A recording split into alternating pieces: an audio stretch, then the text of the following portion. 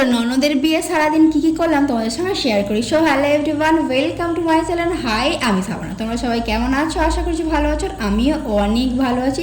Long ভিডিওর মাধ্যমে তোমাদের মাঝে শেয়ার করি যে বিয়ের দিন আমরা কি করেছি। অনেকটা লেট হয়ে গেল বিয়ের ভিডিও পোস্ট করতে, কারণ আমার শরীরটা অনেকটা খারাপ হয়ে গিয়েছিল।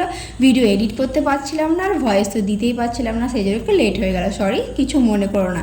বিয়ের দিন সকালবেলা ঘুম থেকে উঠে নিয়ে আমরা ফ্রেশ হয়ে গিয়েছিলাম, তারপরে ব্রেকফাস্টটা কমপ্লিট করে নিয়ে আমরা চলে গিয়েছিলাম নদীর ধারে। কারণ যেদিনকে বিয়ে হয়েছিল সেদিনকে এত পরিমাণে গরম পড়েছিল, তোমাদেরকে কি বলবো, খুব গরম হয়েছিল। মেয়ে তো একদমই থাকতে চাইছিল না, আর নানা শ্বশুর বাড়ি থেকে নদীর ডিফারেন্স একটুকু, তাই আমরা সবাই মিলে খাওয়া দাওয়া কমপ্লিট করে চলে গিয়েছিলাম নদীর ধারে।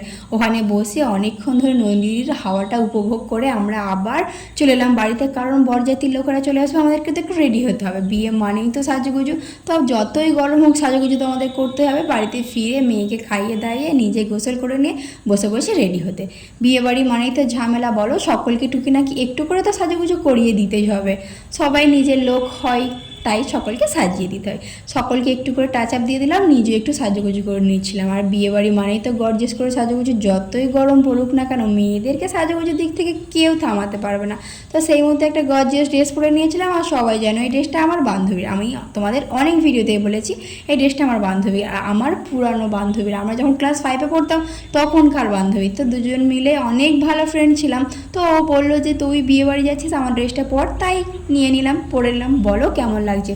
আর ড্রেসের কালার অনুযায়ী লিপস্টিক আর শ্যাডো পুরো মেকআপটাই আমার মনে হয়েছিল পুরোটাই ম্যাচিং হয়ে গেছিলো ড্রেসের। তোমরা বলো ড্রেসের আর মেকআপের ঠিকঠাক ম্যাচ হয়েছে কিনা।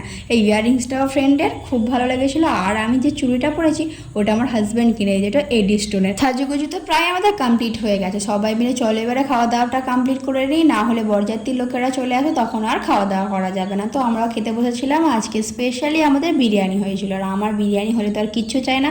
খাওয়া দাওয়া কমপ্লিট করে নিয়ে বইয়ের সঙ্গে দেখা না করলে তো হবে না, কারণ যার জন্য এত সাজুগুজু তার সঙ্গে তো দেখা করতেই হবে। তো ওখানে এসে নিয়ে বসে পড়লাম, আর একটা ফ্যান চলছিল, আমার মনে হচ্ছিলো ওখান থেকে যাবোই না। তারপরে বুনু বললো চলো গিয়ে আমরা একটু ফটো ভিডিও শ্যুট করি, কিসের জন্য এত সাজুগুজু করলাম। তো ওর কথা শুনেই বেরিয়ে পড়লাম ফটো ভিডিও শ্যুট করতে। তারপরে এদিকে চলে এলাম আমাদের নতুন জিজুকে সাইজটা করার জন্য খাওয়া দাওয়া রেডি করতে। সব মিষ্টিগুলোকে লবণ জলে ডুবিয়ে ডুবিয়ে আমরা রাখছিলাম, কারণ নতুন জিজু এলেই আমরা খেতে দেবো। সব কাজগুলো কমপ্লিট করা হয়ে গেল। এদিকে বর বসার ডেকোরেশনটাও খুব সুন্দর হয়েছিল, সেখানে আমরা সবাই মিলে চলে এসেছি। এবারে বরযাত্রীর লোকেরা আসলে তো আমরা গেট ধরবো বলে সবাই মিলে আজকে অনেক যুদ্ধ করা হবে। তো ফাইনালি বরের এন্ট্রি হয়ে গেল। আমরা সবাই মিলে দাঁড়িয়েছিলাম, আর বরের সঙ্গে খুব তর্কাতর্কি হচ্ছিল যে এত টাকার ডিমান্ড করা হচ্ছে, ওরা এরকম বলছে আমরা এরকম বলছি, এই বলে বলে বলে বলে ফাইনালি ওদের এন্ট্রিটা হয়ে গেল। ওরা সবাই বসলো।